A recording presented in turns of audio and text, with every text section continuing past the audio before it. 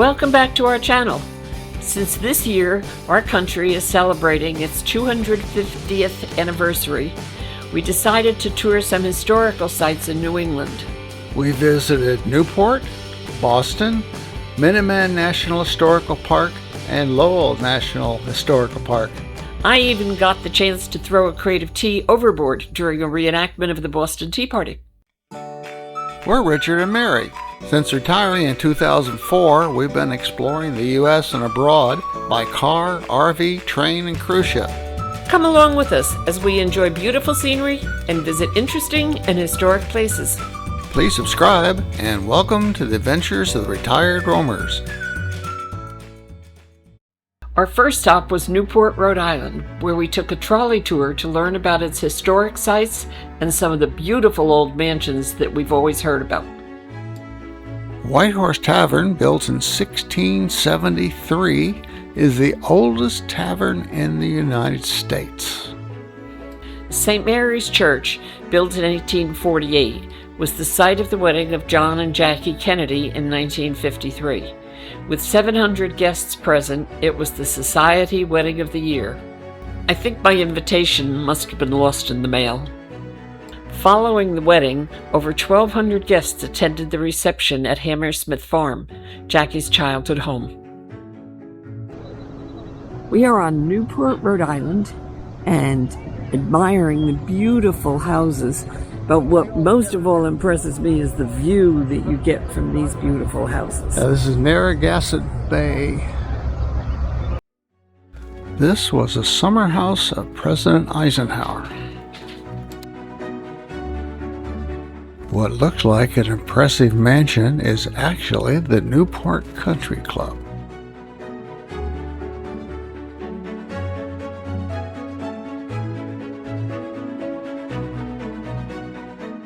We passed one impressive mansion after another.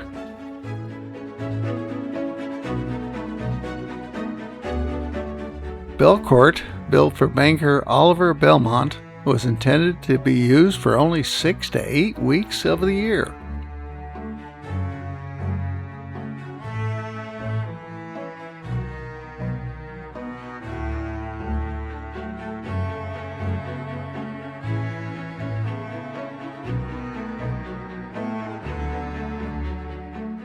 Miramar was being designed when George Widener, owner of the Philadelphia Streetcar Company, died aboard the Titanic. Marble House was built by William Vanderbilt as the 39th birthday present for his wife. Rose Cliff was built for Teresa Ulrichs, a silver heiress from Nevada. The Breakers, with its 70 rooms, is the largest mansion in Newport. It was the summer cottage of Cornelius Vanderbilt II, president of the New York Central Railroad. Vinland Estate was built for the tobacco heiress Catherine Lorillard Wolfe.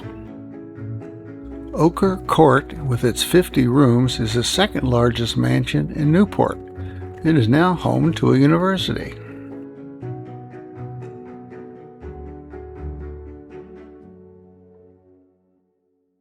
After the trolley tour, we walked over to Bowen's Wharf to have lunch.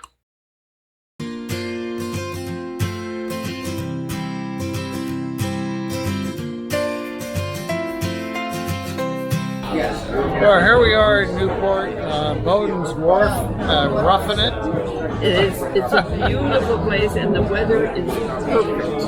It's warm and sunny, and just beautiful white puffy clouds, and wonderful. We just had a great tour with Victory Tours, and Jim was a great driver. And he had one interesting trivia to challenge us with, but all of it was on topic about Newport and the industries here and the houses. They're just beautiful houses. The houses here from the Golden Age, late 1800s, early 1900s. Golden Age. Yeah. What did I say? Golden. That's okay. But it was golden too. But yeah, they were just magnificent houses, and some of them just had huge number of bathrooms. You think we'll move into one? Well, if we move in with the entire family. Hey guys, you want to come? I ordered lobster roll for lunch, and it is wonderful. I've never had it before. I'm not the biggest fan of lobster, but this is really, really good. I'm not sure I can finish it. I wish we had shared it instead. Well, I thought you'd really go wild having fish and chips. After lunch, we're boarding the Coastal Queen for a tour around the bay.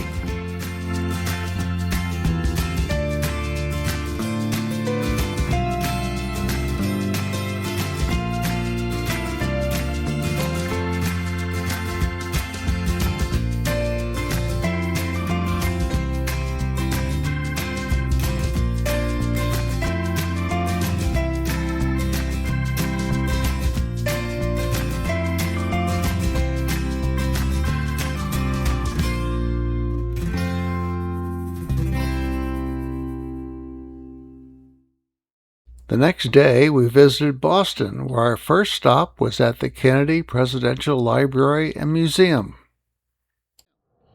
We have been to a number of presidential museums, but this one I'm really looking forward to because it's one of the few that we've been to that we actually were alive when he was president. After graduating from Harvard in 1940, Kennedy joined the Navy and commanded the PT-109 in World War II.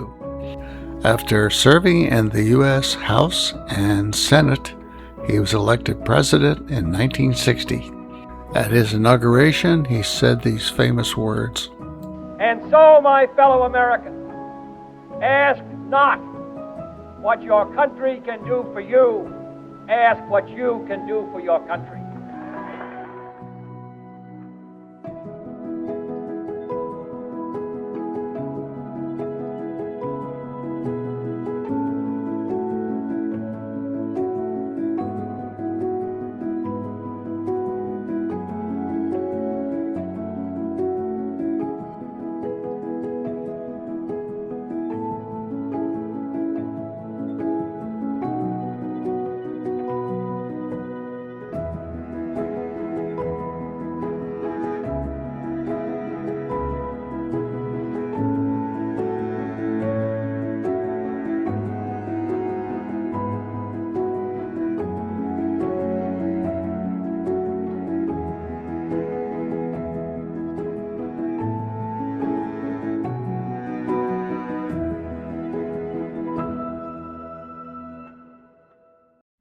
From Dallas, Texas, the flash, apparently official, President Kennedy died at 1 p.m. Central Standard Time, 2 o'clock Eastern Standard Time, some 38 minutes ago.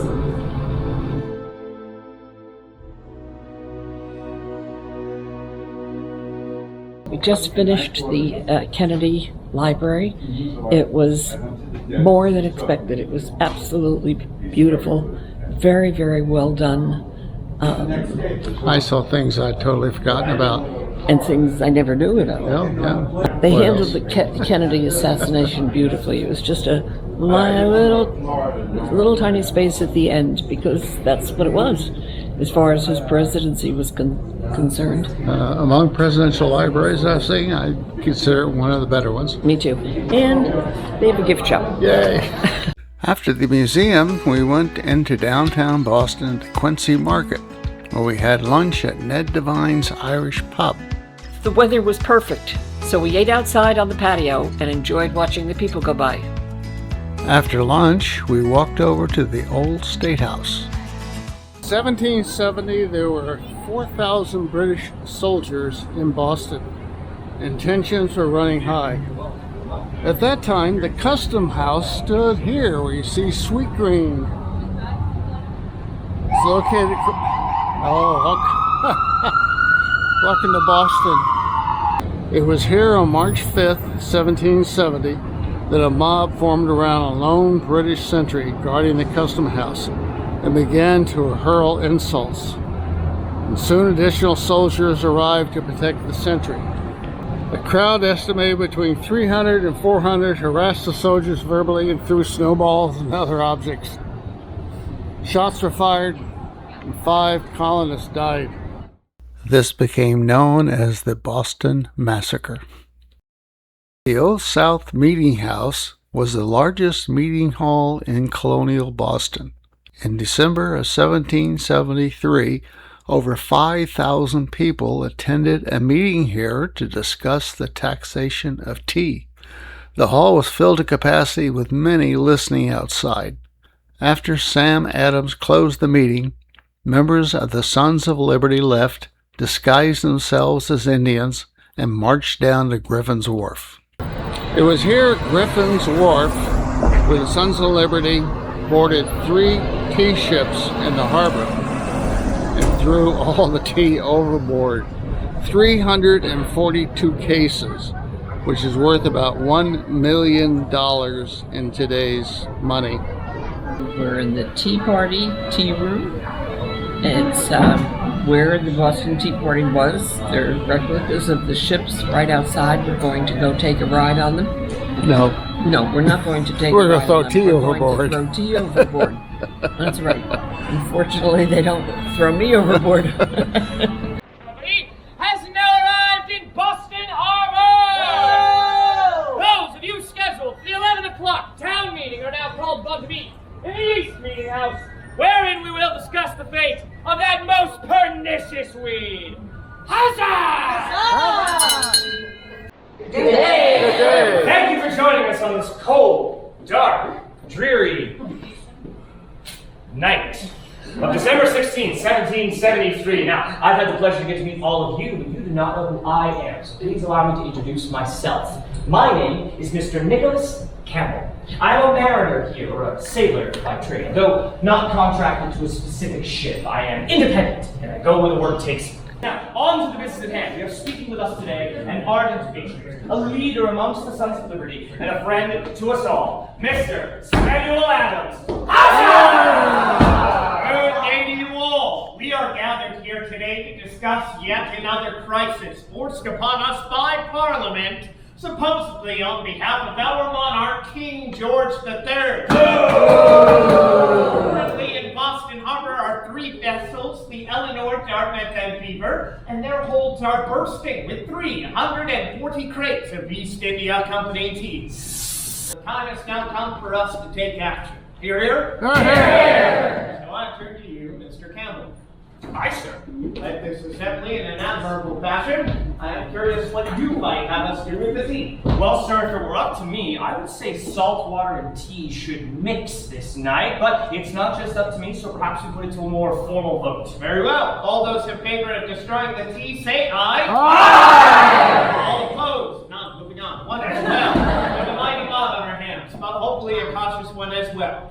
My friends, if you are caught out there destroying that tea, you may be subject to the fullest penalties of the law. We will do our best to conceal our identities this night. How should we do that, Mr. Adams? Cloaks and blankets should suffice, but we'll carry with us a symbol. One well known throughout the American colonies of strength and independence, that of the mighty Mohawk. Now rally, patriots! Boston Harbor and Teapot tonight. It is clear there is nothing more a meeting can do to save this country. That is our signal, patriots. Rise up, gather your belongings. We will not be returning here, and follow me to Griffin's Wharf. Go ahead. Yeah, go ahead. Throw it in. There goes the tea. Yay! Now we have to pull it up. Yeah. Yeah, make sure you pull it back in.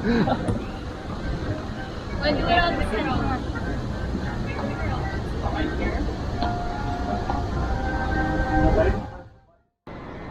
Well, we just came out of the Tea Party Museum, and I thought it was great.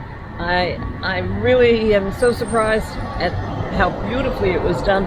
Tour guides, I think, were probably in actor school because they had the carry of their voice and their expression, and they had the whole audience up cheering and hollering. Huzzah! And it was absolutely one of the best I've ever seen. There was a lot we couldn't show you because we couldn't film inside the museum. But they had a film, they had actors, talking about leading up to the Battle of Lexington. Yes, and then it talked about the tea parties, you know, throwing the tea over the ships. and we all got to throw tea you over got the to side. throw I tea got over. to throw tea over to the side. It was just beautifully done. We highly recommend it. After leaving Boston, we visited Minuteman National Park to learn more about the beginning of the American Revolution. In late 1774 and early 1775, the Massachusetts Provincial Congress directed the town militias to stockpile weapons and ammunition. Concord became a major depot for these supplies. On the night of April 18, 1775, British troops, about 700 of them, marched out of Boston toward Concord to capture the militia's war supplies. Taking different routes, Paul Revere and William Dawes rode from Boston toward Lexington and Concord ahead of the British to warn of their approach. About midnight, Paul Revere arrived at this house in Lexington, where John Hancock and Samuel Adams were hiding. They were wanted men. As Revere made a noisy approach, a sentry told him to keep the noise down. He replied, "Noise? You'll have noise soon enough. The regulars are out." Dawes soon arrived, and he and Revere departed together toward Concord. They soon encountered Dr. Samuel Prescott, who was riding back to Concord after visiting his fiancée here in Lexington. And it was decided the three of them would go on together. As the three riders reached this point, about 2 miles west of Lexington, they were intercepted by a British patrol. Revere was forced to dismount, but Dawes and Prescott escaped. Hearing an alarm bell ringing and shots fired in Lexington, the patrol became fearful and rode off, taking Revere's horse with them. Revere walked back to Lexington and then escorted Hancock and Adams to a nearby safe house.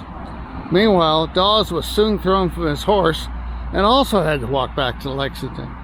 In the end, it was only Dr. Samuel Prescott was the lone rider to carry the warning to Concord. When the Lexington Minutemen heard the alarm bell and gunshots, they gathered on the green. Then they warmed themselves inside Buckman's Tavern while waiting for the arrival of the British troops. As the British soldiers arrived on the morning of April 19, 1775, Captain John Parker and his 77 militiamen formed a line here. When the British arrived, they formed a battle line on the opposite side of the green. The British officer ordered them to lay down their arms and disperse. Captain Parker said to his men, "Stand your ground. Don't fire unless fired upon. But if they want to have a war, let it begin here." Some unknown person fired a shot, and the British opened fire. After a brief skirmish and being vastly outnumbered, the Minutemen fled the field. In the aftermath of the battle, 8 Minutemen had died and 10 were wounded. 7 are buried here. When the British entered Concord, 90 soldiers were sent to hold the North Bridge, while the others searched house to house for military supplies. However, those supplies had been removed and hidden thanks to the alarm brought by Dr. Samuel Prescott. The soldiers began to burn flour, carts, and other items that might be used by the rebels. Meanwhile, a combined force of about 400 regular militia and Minutemen gathered in a field near the North Bridge. When they saw smoke rising from Concord, they became enraged, thinking the British were burning their town. They marched toward the bridge, and the British, without orders, began firing. The Minutemen returned fire in the first organized offensive action of the American Revolution. Being outnumbered and taking casualties, the soldiers retreated back to join the main body in Concord. The British then began an orderly withdrawal back to Boston, with the militia following them. As the British troops withdrew back toward Boston along this road, about 4,000 colonists poured in. having learned about the battles of Lexington and Concord. They continued to fire upon the British column along the entire 16 miles back to Boston along this road, which is now known as Battle Road. In the end, the British suffered 273 casualties, including 73 killed, and in their ill-failed mission, which sparked the beginning of the American Revolution. The next day, we visited Lowell National Historical Park. Established in 1821, Lowell, Massachusetts was the first planned industrial city in the United States. The falls on the Merrimack River powered textile mills using canals, dams, and water turbines. This network, as well as several historic buildings, have been preserved in the national park. By the 1850s, Lowell had the largest industrial complex in the United States. This model shows the mills in red and the corporate housing for workers in blue. One of the largest complexes was the Boot Cotton Mills. We were at the Boot Cotton Mill Museum. This was a working cotton mill back in the day, and it's got power from canals. There's canals all over the town. Let's go in and see what they got.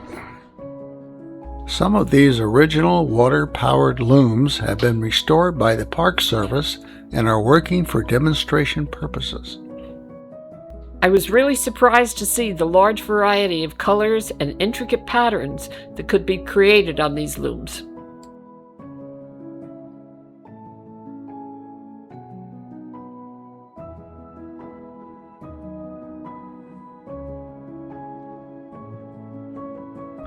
Most of the mill workers were young, single women recruited from rural New England farms and villages. Lowell's mills promised good wages with comfortable room and board available in corporate boarding houses.